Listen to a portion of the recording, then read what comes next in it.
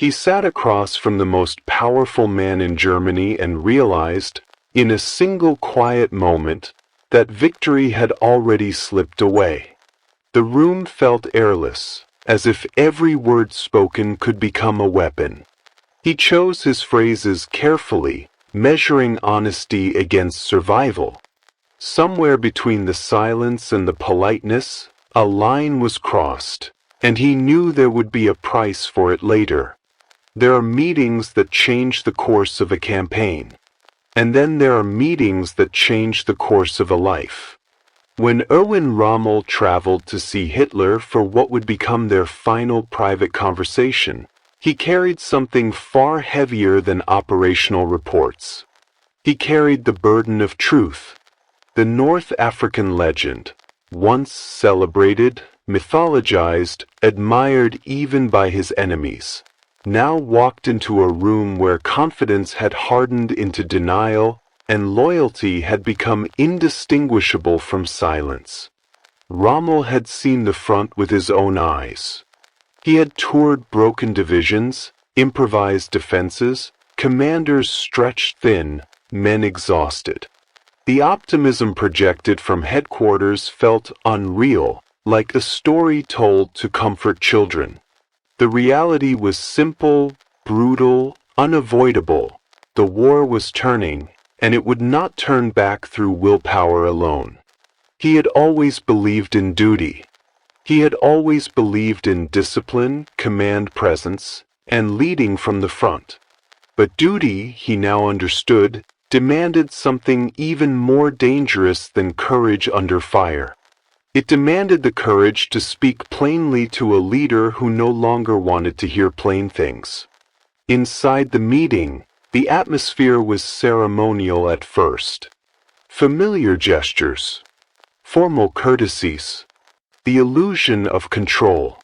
Maps lay on the table, clean, orderly, full of arrows and symbols that seemed to promise clarity. But Rommel knew that maps can lie, not intentionally, but through omission. They did not show the fear creeping into the ranks. They did not show the dwindling fuel, the wrecked transport columns, the absence of reserves that would never arrive. He began carefully. No accusations. No raised voice. Just measured assessments. Positions were collapsing faster than replacements could be trained. Air superiority had shifted decisively. Commanders were improvising defenses day by day, without depth, without relief. Continuing the conflict at full intensity, he argued, would not bring salvation. It would bring destruction for the army and eventually for the nation itself.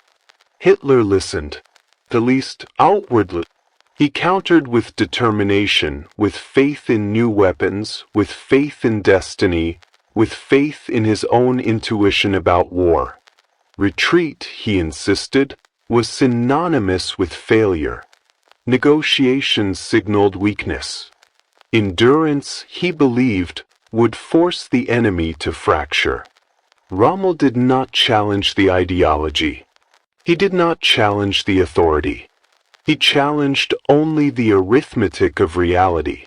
He proposed something nearly unthinkable inside that circle, the need to consider ending the war through negotiation while something was still left to save.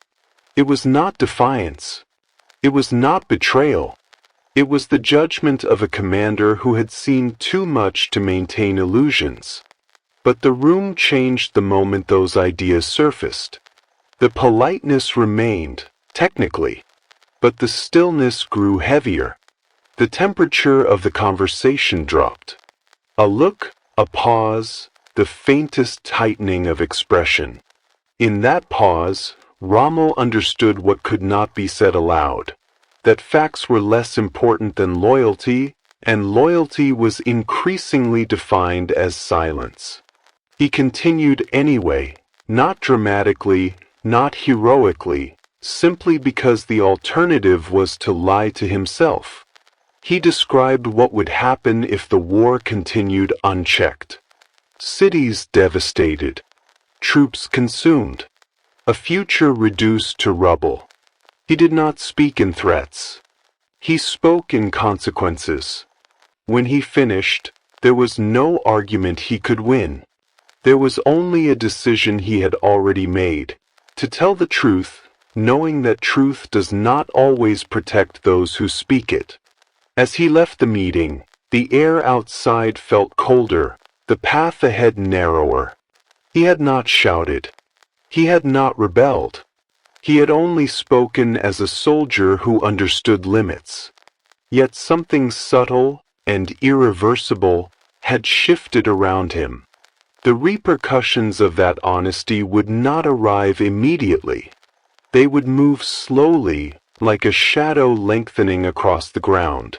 And the real cost of that conversation had only just begun to reveal itself. The meeting did not end when Rommel stepped out of the room. It followed him. It sat with him in the quiet of the car, in the ritual of salutes, in the stretches of road where the countryside slid past without leaving any impression. Command is rarely about decisive gestures. More often it is about waiting and listening for consequences that have not yet announced themselves. He replayed the conversation in his mind, not as a speech, but as a series of hesitations. Where he paused, where Hitler paused, where silence spoke louder than any sentence offered. A commander learns to read silence. Silence, at that level, is a signal. By the time he returned to his headquarters, the battlefield map had shifted again. Reports came in, fragmented, incomplete, sometimes contradictory. Units falling back. Officers requesting permissions that arrived too late. Civilians caught between advancing front lines. The front was no longer a line at all. It was a frayed edge. Rommel moved through his staff calmly, with the same controlled composure that had once defined his battlefield legend. He asked questions. He clarified orders. He tried to preserve cohesion where cohesion was already dissolving. But behind every decision lay the same realization that had crystallized during the meeting. This was no longer a war that could be won in any traditional sense. This was a war that needed to be survived. Word began to circulate, subtly, cautiously, that Rommel had urged a different path in Berlin. Nothing explicit, nothing quoted, just impressions. The tone, a feeling.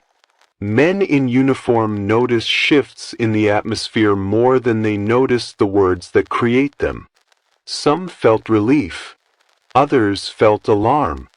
A few felt suspicion. In the upper levels of the regime, suspicion was enough. Files could be opened quietly. Observations could be collected. A commander who questioned outcomes could quickly become a commander whose loyalty required evaluation.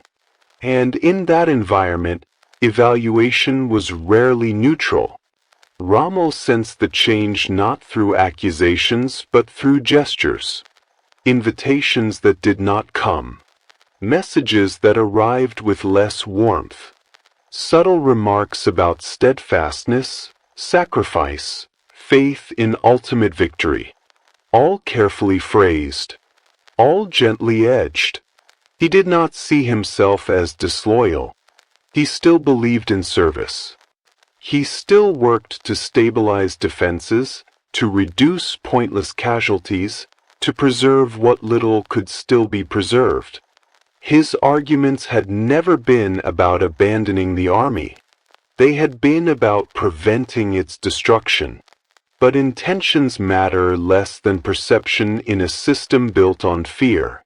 He began to spend more time walking the lines, speaking quietly with officers and soldiers, reminding them of discipline, of composure, of restraint.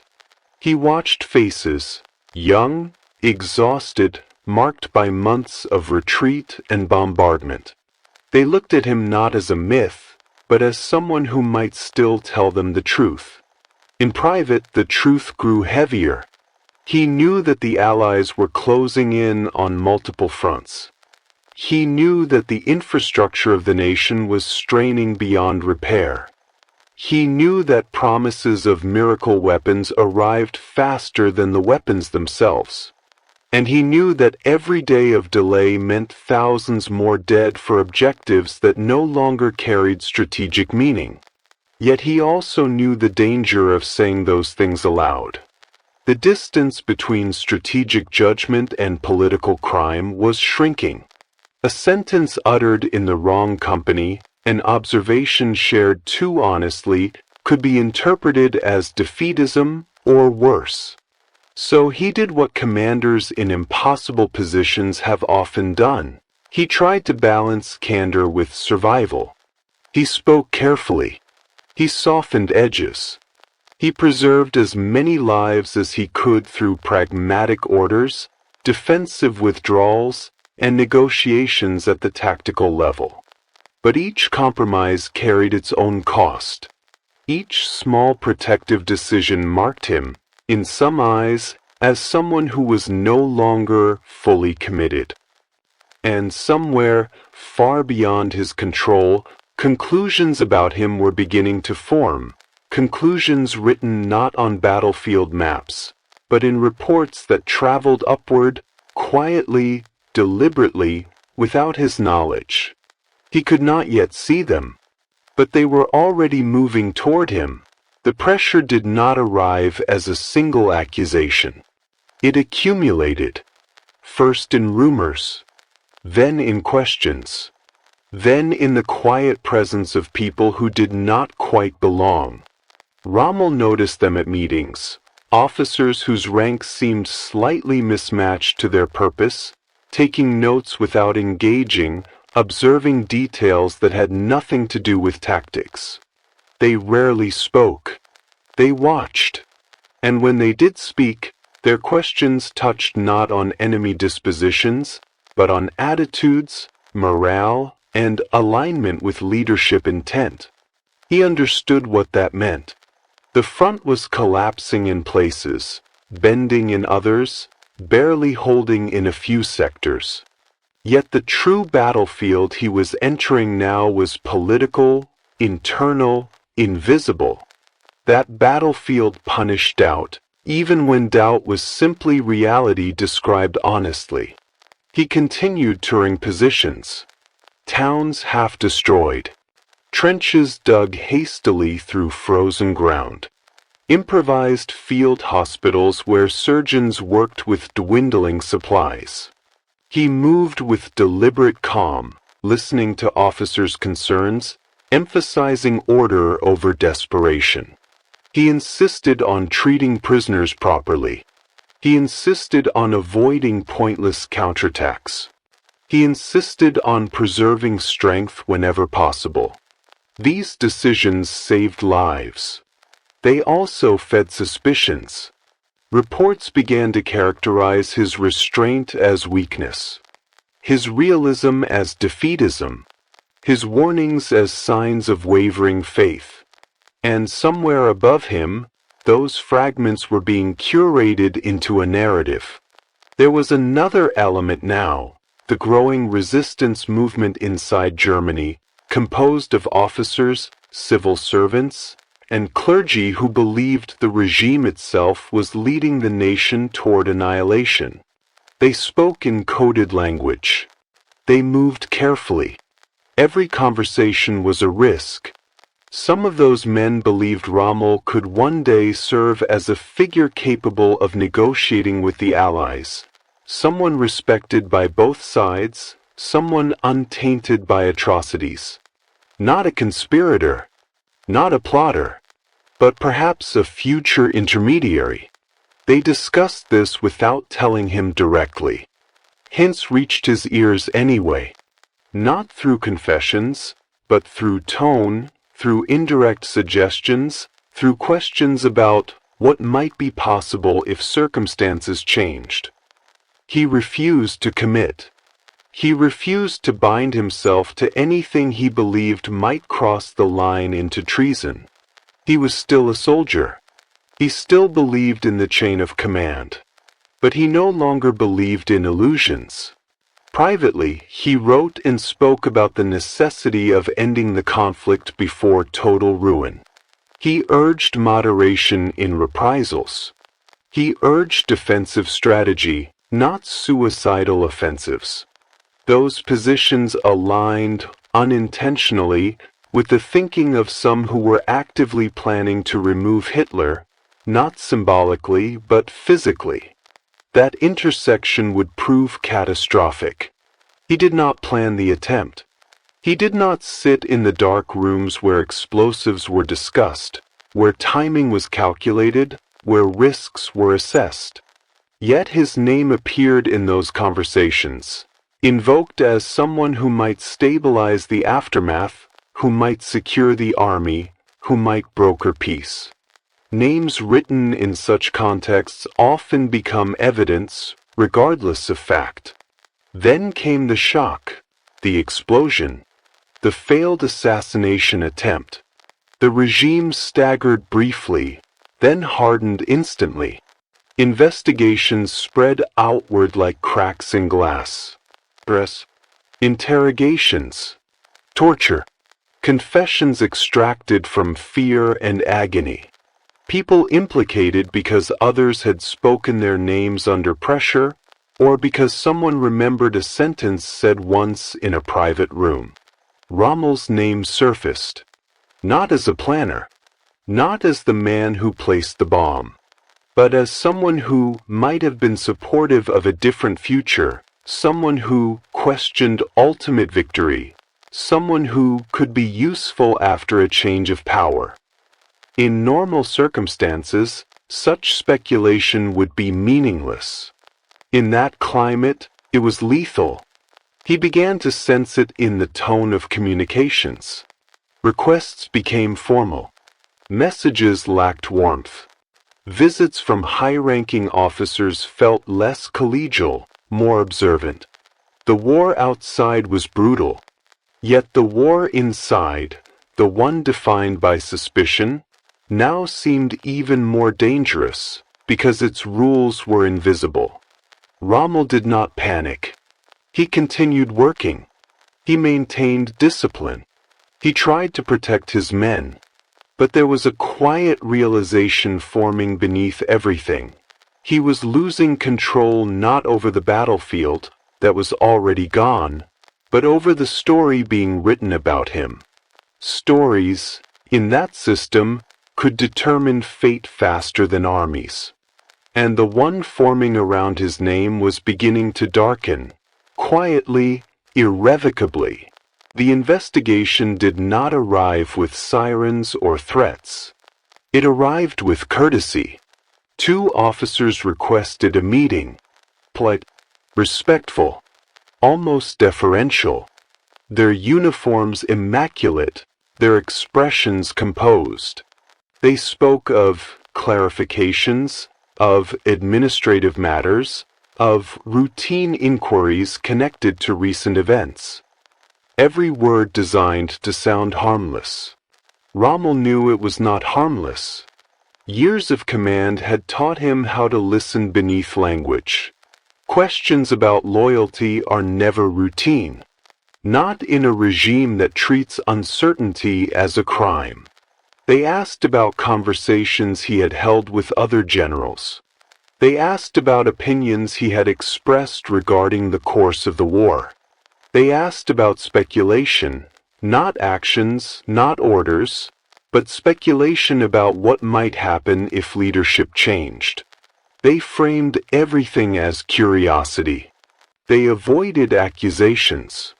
But each question carried an implied weight. We already know more than we are saying. Rommel answered with the same composure he brought to staff briefings. Factual. He emphasized his loyalty, his commitment to the army, his absence from any conspiracy. All of it was true. Yet he sensed, even as he spoke, that truth mattered less than alignment. The officers left with gratitude and reassurances. The room felt colder after they were gone. From that point, the pressure narrowed. Communications from Berlin became more controlled. Requests for reports increased. He was placed formally on leave, framed as a health necessity following earlier injuries. In outward form, it appeared compassionate. In reality, it isolated him, removed him from troops, from influence, from visibility. A commander without command becomes easier to manage. At his home, the war sounded distant, like thunder behind mountains. Villagers moved quietly. Air raid sirens rose and fell in the distance. Letters arrived, some supportive, some formal, some careful in their phrasing. He spent more time reflecting, less time planning. There is a particular loneliness reserved for commanders who see too clearly. He walked the garden paths. He sat at the table, reviewing maps for no practical reason. He replayed decisions, trying to discern where caution turned into vulnerability. He did not feel guilty, but he did feel exposed, not because he had betrayed anything, but because the line defining betrayal had shifted beneath his feet. Meanwhile, the investigation tightened elsewhere. Men he knew were arrested. Some vanished. Others returned changed, hollow-eyed, speaking cautiously, as if every sentence might be overheard. The regime demanded certainty. It extracted certainty through fear. Signed statements, coerced confessions, selective interpretations of memory, all woven together to create a narrative that matched the outcome already chosen. Rommel's name appeared repeatedly in those narratives, not as a conspirator, but as a symbol. A respected field marshal who had once embodied success now advocated realism, restraint, negotiation. To those in power, that combination was not simply dangerous. It was contagious. A decision began to form at the highest levels. He sensed it as one senses weather turning, indistinct at first, then undeniable. The visits from officials grew more pointed. Their politeness sharpened.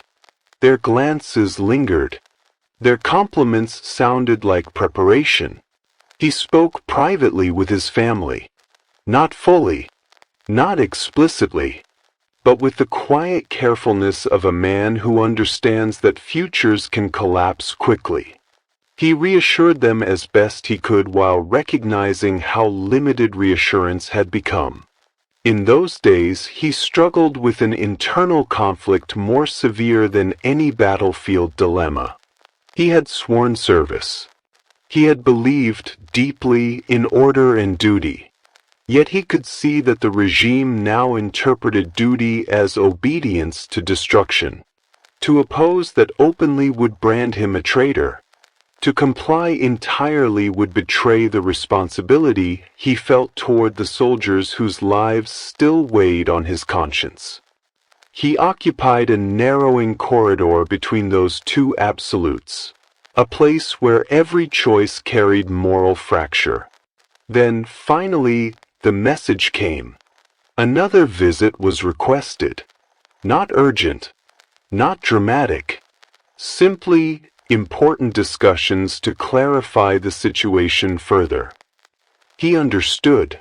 The time for questions was ending. The time for decisions, not his, but about him, had arrived. He prepared himself with the same disciplined calm he had carried into battle. There would be no speech, no grand defense, only the measured dignity of a commander confronting circumstances he could not control. What he did not yet know was the form that decision would take, or the terrible logic behind it. They arrived without theatrics. A staff car, 2 senior officers, controlled movements. calm expressions. Not arresting officers, not interrogators, at least, not in appearance. They were emissaries of a decision already sealed. Rommel received them with courtesy. He was still a field marshal. They were still soldiers. The ritual mattered even now. They exchanged pleasantries. They spoke briefly of the front, of weather, of injuries healing slowly. The conversation avoided the one subject that had brought them there. Only after tea was poured did the tone shift. One of the officers, older, precise, began with admiration. He spoke of Rommel's service, his bravery, his reputation beyond Germany. He acknowledged his contributions, his sacrifices, his wounds. The words were sincere, but they were also preparatory, like the opening lines of a document that ends somewhere darker.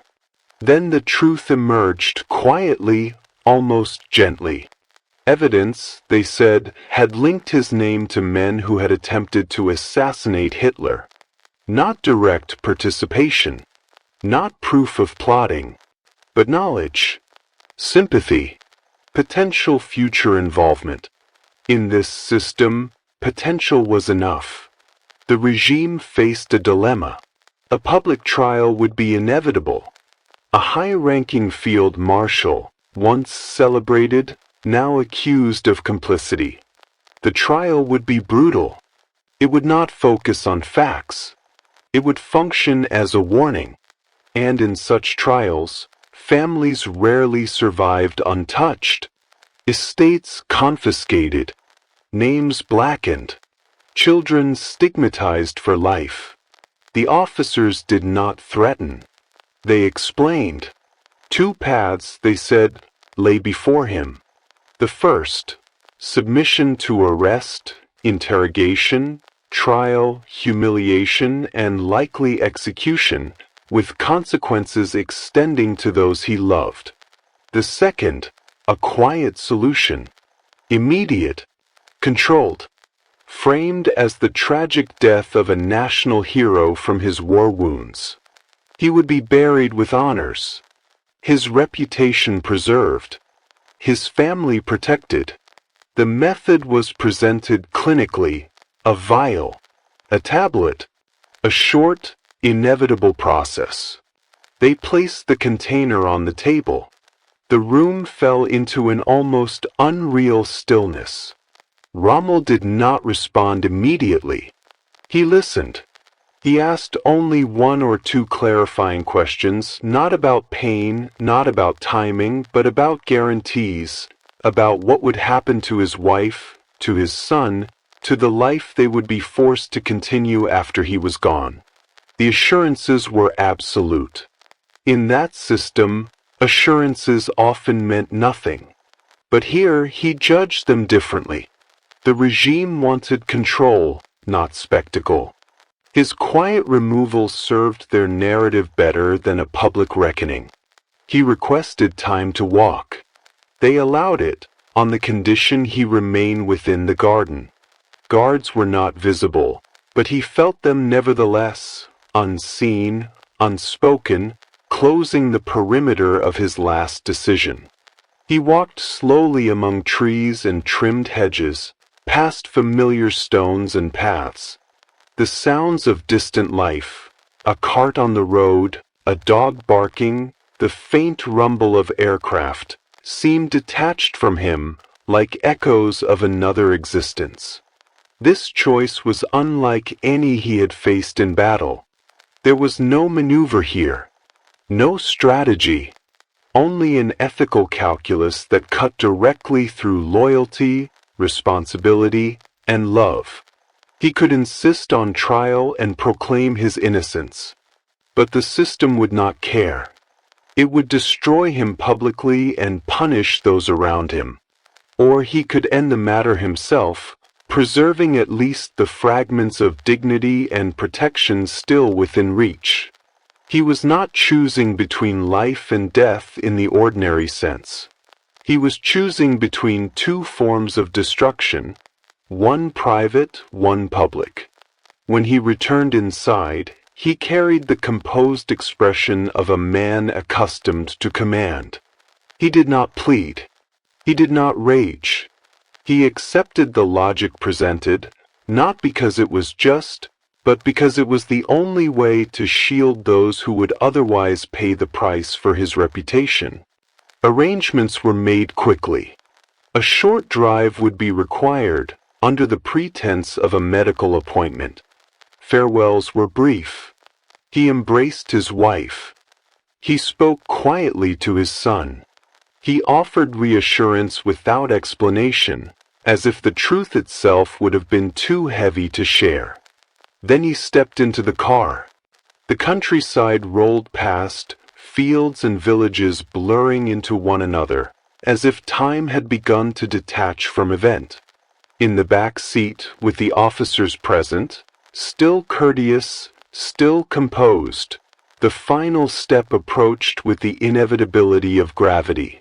He held the small container in his hand, and in that final moment, the man who had commanded armies faced a decision that no battlefield had prepared him for, a decision that would define not only his fate, but the way history would remember him.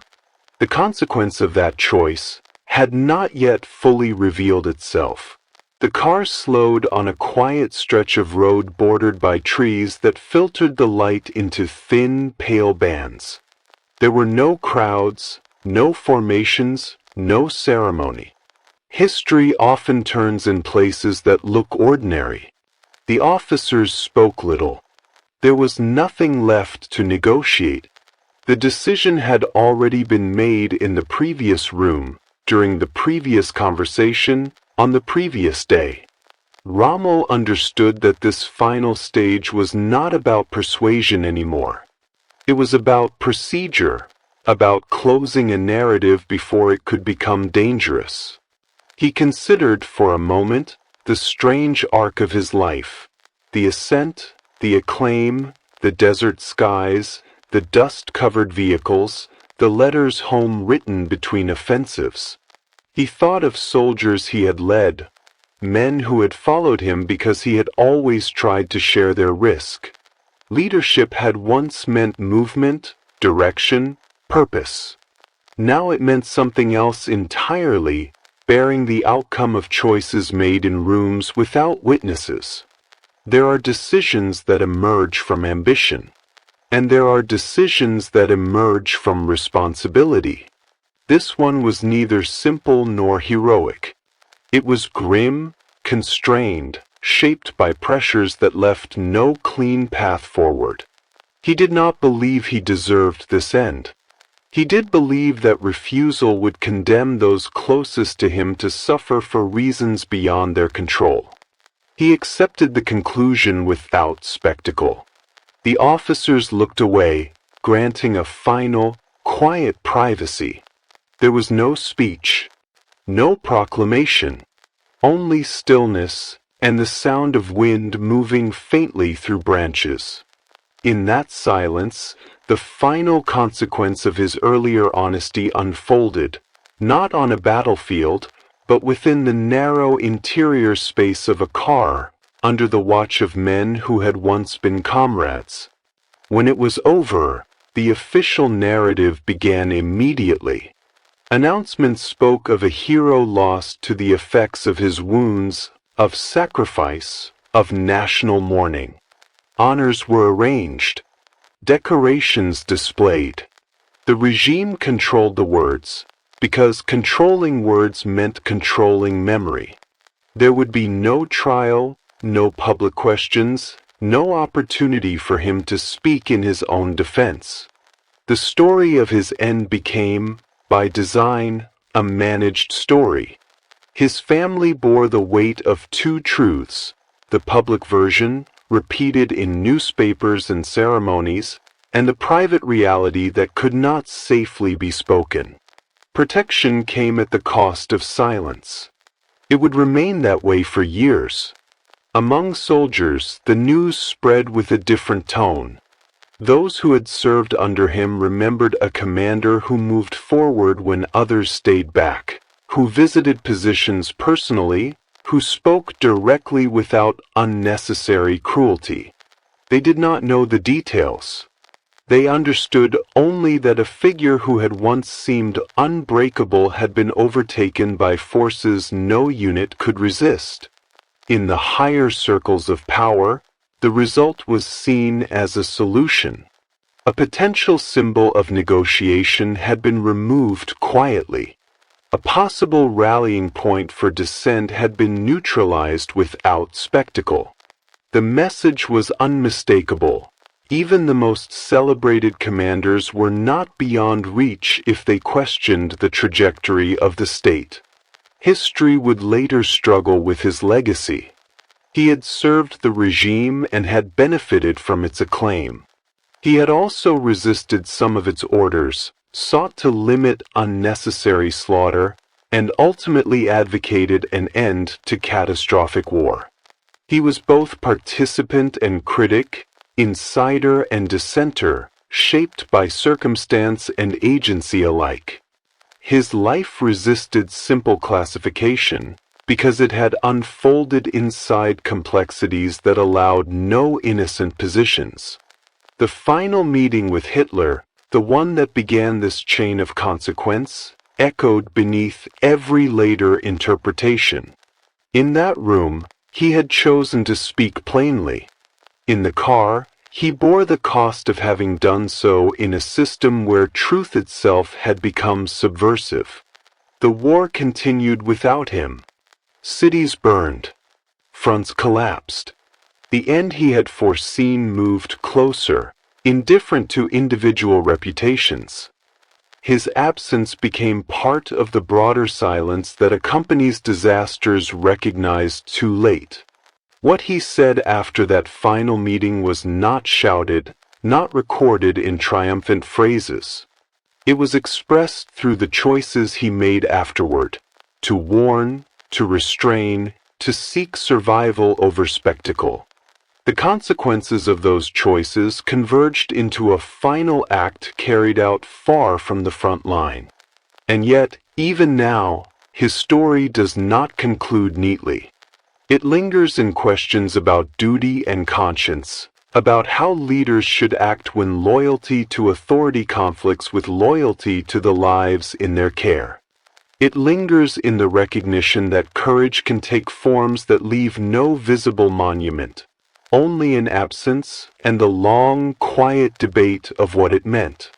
The full meaning of that last decision, and of the words he spoke before it, would continue to unfold long after the war had ended, in a world still trying to understand the price of silence and the cost of speaking.